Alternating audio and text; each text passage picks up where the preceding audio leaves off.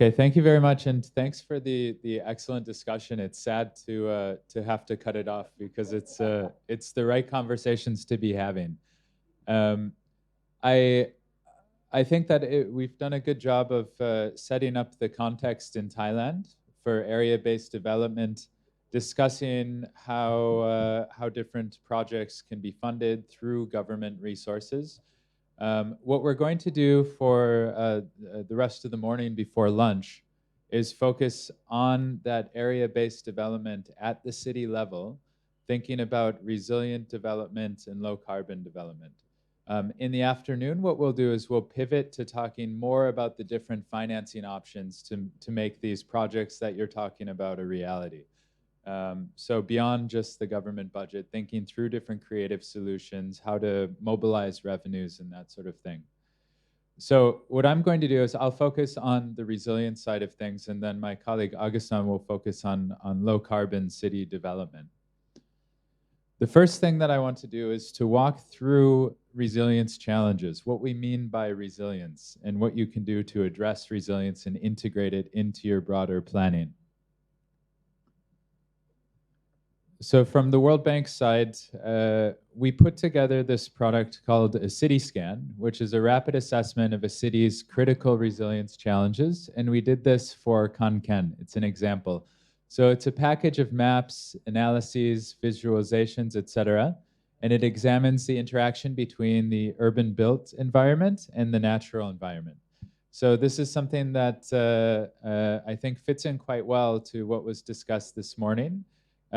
It's not a composite index, but it's something that we use at the World Bank to think through some of the challenges that cities face from more of a spatial perspective. So just to run through this quick, this is for Khon Kaen. Population density, we can look at the patterns of where people live. It's concentrated in the core near intersections of routes 2 and 12. And almost all of the population lives within the ring road of Route 230. Population spreads westward from the core, but only in pockets to the east and north. So when thinking through area-based development, we're trying to start thinking it through with a spatial lens. Let's look at economic hotspots. So this is derived from nighttime light data, as we discussed before. You can see that the greatest area of economic activity is in the southwestern quadrant of the core, and a secondary node also appears further north along Route 2. Activity also continues along both main highways, which makes sense, as highways tend to be corridors for economic development. We can look at change in economic hotspots. So this takes data over an 8-year period and looks at where economic activity is accelerating or decelerating. So the areas that are in red are areas where economic activity is accelerating. And you can see almost a hue of red around the ring road in Khon Kaen.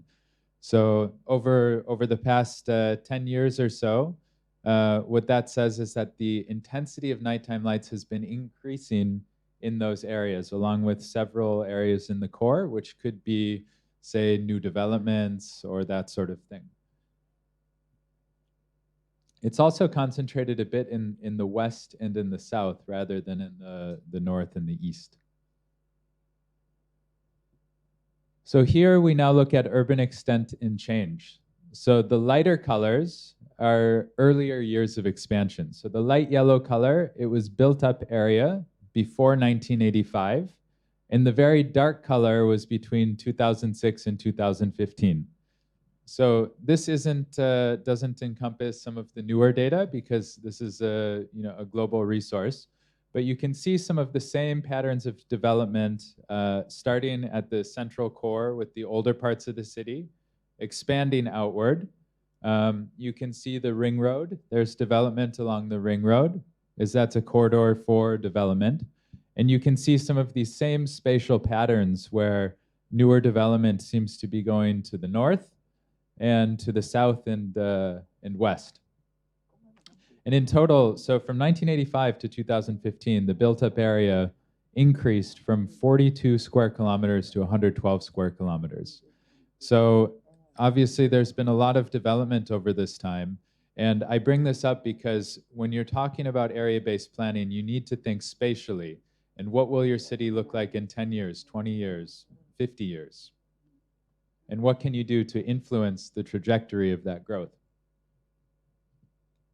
We can look at land cover as well. So red is the same built-up area as before. There's a lot of cropland, there's a lot of tree cover, and the blue is permanent water bodies.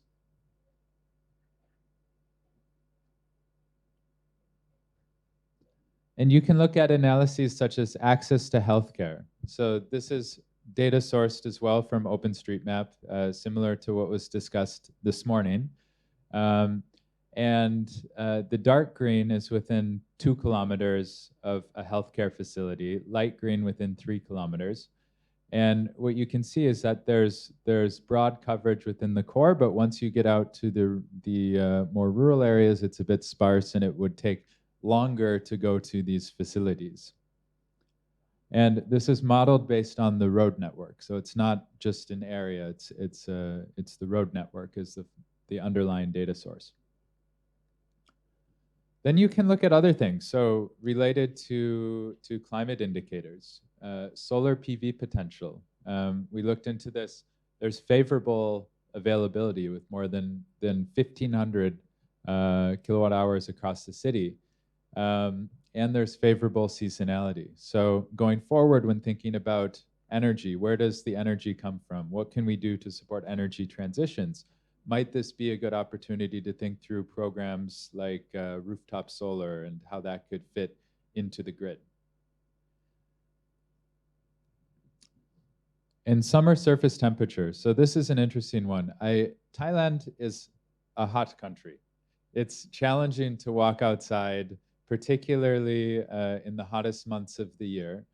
And that goes against what the objectives are on livability. And as global warming takes effect, this is something that will continue to get worse and worse. And I think what city planners need to look at a bit more is how localized interventions can help to adapt to that challenge. So as you can see here, the dark red, there's a very large difference. This is the temperature of the land, of the ground. So if you have a water body or if you have an avenue with tree cover, the temperature that is on the ground and the ambient temperature that people feel can be much, much less than in other areas. When you have large concrete areas with no green, no water, no parks, it can be very uncomfortable to walk, and you can suffer from an urban heat island effect, which makes it even more challenging. So this is something that more and more, as we've been learning how to integrate nature-based solutions and figure out with cities how to adapt to increasingly hot environment, how to integrate some of these solutions into their broader spatial planning process. So if you remember earlier, we were looking at the spatial pattern of development of the city. And I think one thing that's quite interesting in Khon Kaen is you can see just how much it is influenced by the risk of flooding. So this is the built-up area exposed to river flooding. And you can see how the flood risk areas sort of go around the built-up area. There have been large flood events in Khon Kaen in the past, historically. And so flooding is clearly a key issue that not only impacts the population, it impacts the spatial trajectory of development in the city. And it's something that going forward could be exacerbated by changing climate as well. There's also more and more pressure as the city expands to build into those risk-prone areas. So it's an area that that when thinking about area-based development, you need to think about which parts of the city should we be encouraging development, not encouraging development. What types of investments can we make to try to mitigate some of the impacts of these risks? And rainwater flooding. So this tends to be a bit more widespread. this can be tied to, for example, investments in drainage infrastructure. And not just that, it's also tied to investments such as in solid waste management. So if you have trash that's clogging up a drain, your street is going to flood. So all of this is tied together in a way that should help to inform the city's investment priorities. Lastly, just to show road network criticality. So this is if a road goes out, say due to flooding, are there other routes that can be made up for it? And in Khon Kaen, it's actually a pretty good situation where the fastest routes are largely have redundancy built into the system. This is a key piece of resilience. But this can be much more challenging for cities that are, for example, constrained by geography. If you have bridges across a river and you only have a couple of key bridges, that's something that can be a critical roadblock if that were to go out. So at this point, if you remember this tool from earlier, I'll ask you to scan the QR code again.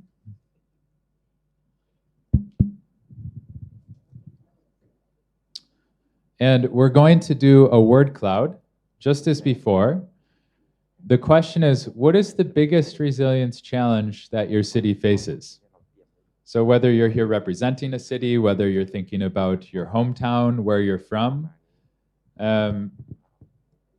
what are the key challenges? This could be flooding, this could be heat, landslides, earthquakes.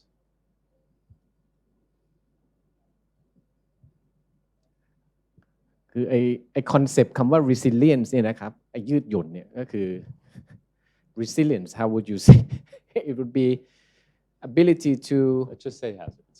Okay.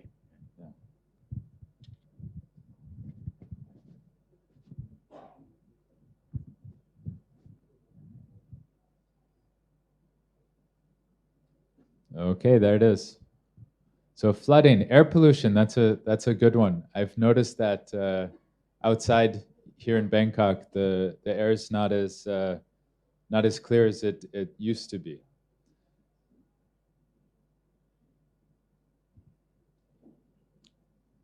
Flooding, quite a lot. Heat, landslide, haze, climate change in general, waste management. Okay, thank you. Let's move on to the next slide.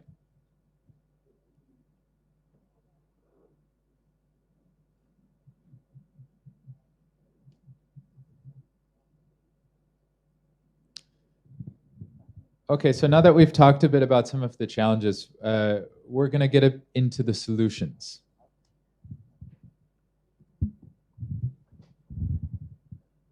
So Thailand is famous for many things, one of which is Muay Thai. So thinking about Muay Thai, and tips for Muay Thai, how to be a good fighter. Well, how can you avoid getting knocked down? You can research your opponent, you can put a plan together, practice your agility, anticipate different combinations, kicks. And if you do get knocked down, how quickly can you recover, if you recover? So you need to do things like stay hydrated, rely on your conditioning, the hours and hours that you spent in the gym preparing for this moment. They come out in the later rounds. And have a backup plan.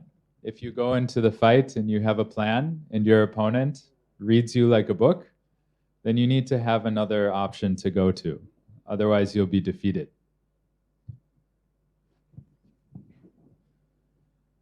So the reason I bring this up isn't just because I'm a fan of Muay Thai.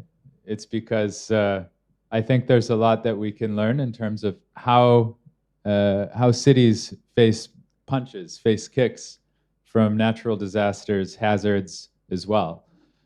So in tips for city resilience, the first part, research your component, know your risks. What are the key risks that your city is facing?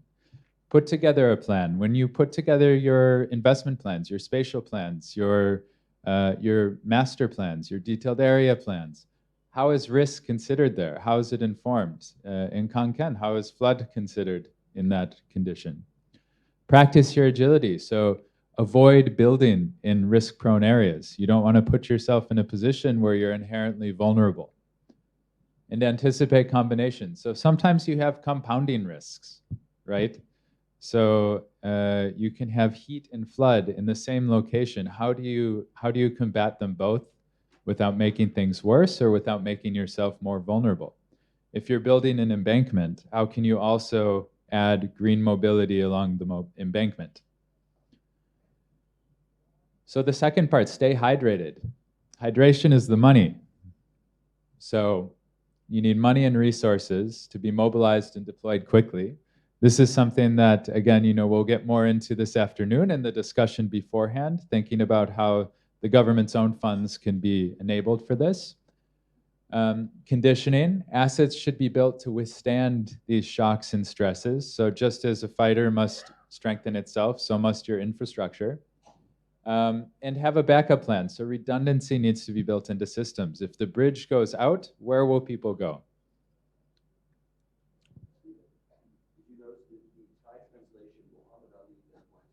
Yeah. Yeah, so in all honesty, the time I used this before, I used Muhammad Ali, but I was trying to adapt to the context. So thanks, Jeff. Yeah. It works for both. It works for both. So when we talk about resilience, I think Kun Kwan came over here when we had the last question and asked, what does resilience mean? So here it is. This is my best attempt at it. It's a word that many people try to define and remains a challenge. But what it really comes down to is the ability to, number one, assess, plan, and act to prepare for different hazards, expected and unexpected. And number two, bounce back quicker. So when we talk about resilience, we talk about resilience of infrastructure assets, we talk about resilience of services, and we talk about resilience of users or individuals. So for assets, you can make changes, you can think through the different engineering options. So this is just an example from a bridge and earthquake and wind and flood and what you need to consider. So oftentimes you have the building code, which is what's relied on, but when you're thinking about your city-specific context, you need to consider some of these engineering aspects in much more detail once you get to the technical design of the investments. Redundancy for infrastructure services. So you can see here the transport network in Belgium versus the transport network in Madagascar. So if a road goes out in Belgium, there are many different ways you can get around. If a road goes out in Madagascar, then you're kind of stuck. There are not many other ways you can go, and it can disrupt your local economy quite significantly. Manage disruptions for users. So this gets more into engaging the community. So you can have home emergency supply, businesses engage the community on continuity plans and on building redundancy into their system. And critical services. So we showed hospitals before. How do you make sure that the hospitals are ready for an influx in the case of a large event?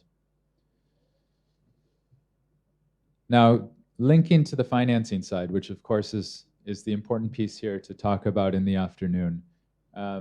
For infrastructure costs, you need to consider the lifestyle costs as well. So, and you need to also look at the costs to regulators and to the government.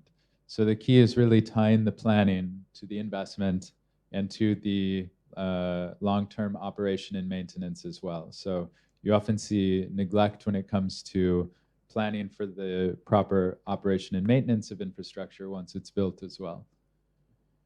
And lastly, just to prove the case, we've done analytical work to show that resilience pays dividends. So you may not want to think about additional costs to your planning, processes or additional costs to your investments. But the net benefits are huge for this. In 96% of scenarios, looking at business as usual, it's if you look at net present value of more resilient infrastructure, this is in the range of 5, 10, 15. And in climate change, considering those scenarios, it's much, much larger. So it's something that from the start, it's very important for cities to think about this. Otherwise, your budgets will suffer later when you need to be reactive. So let's go back to the Mentimeter. We just have 2 more quick questions, and then I'll hand it over to Augustin to talk about low carbon city development. So in the last question, we talked about some of the resilience challenges that your cities face. High air pollution, flood risk, heat risk. Those are some of the key things that came up. Solid waste management. Now, what sorts of investments might be needed to respond to the resilience challenges that you identified? This is a free-form response, so you can type as long as you want. You can go on a rant, and it'll show on screen.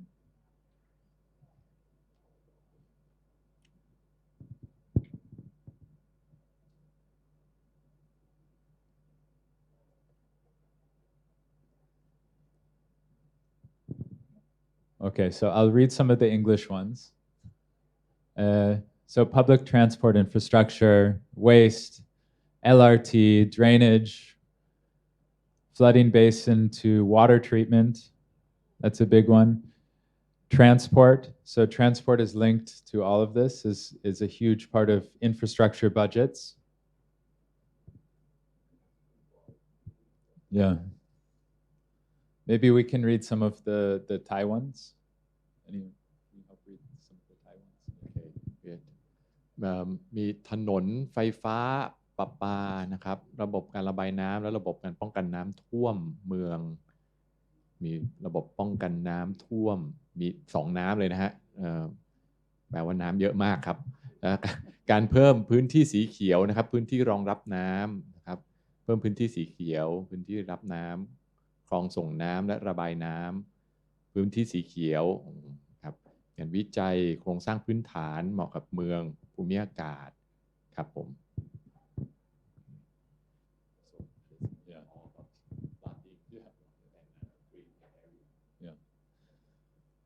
Okay, thank you so much for your participation. We have one more question.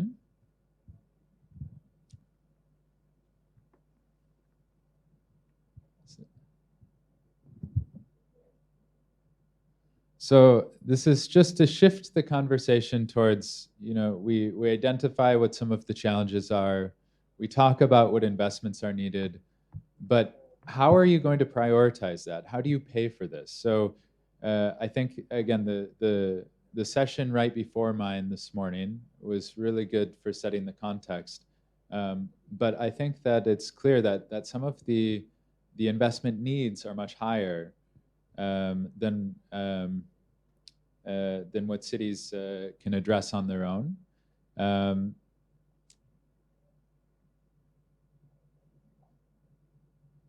So if you can answer the question, what are some of the trade-offs that you have to consider?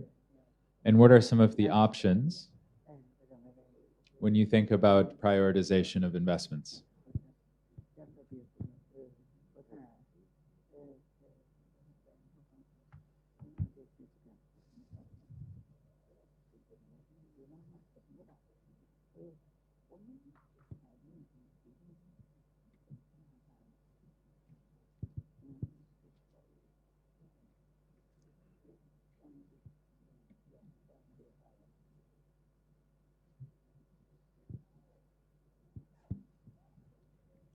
Okay, let's see some of the responses.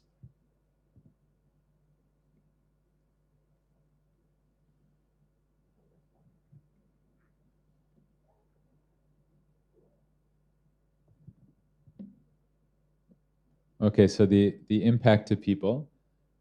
Obviously, when there's a limited envelope, a limited budget, you're going to have to make trade-offs in terms of what you prioritize. Budget, benefit to cost ratio analysis. So one thing that we struggle with is how to quantify the benefits of investments in resilience. So we have our standard methodologies for, say, transport infrastructure.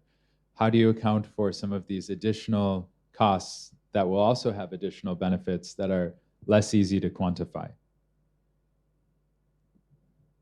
Yeah, social impact, limited resources to allocate for others, soft infrastructure, life quality, legislative political will. So all of these are key concepts that we hope to really address and the challenges that we see. And I think the first step is really getting some of these pieces ingrained upstream in the planning process, which is why thinking through the spatial planning, identifying what the challenges are, and making it part of your plan so that by the time you get to the investments, you've already sort of made the case, made the justification.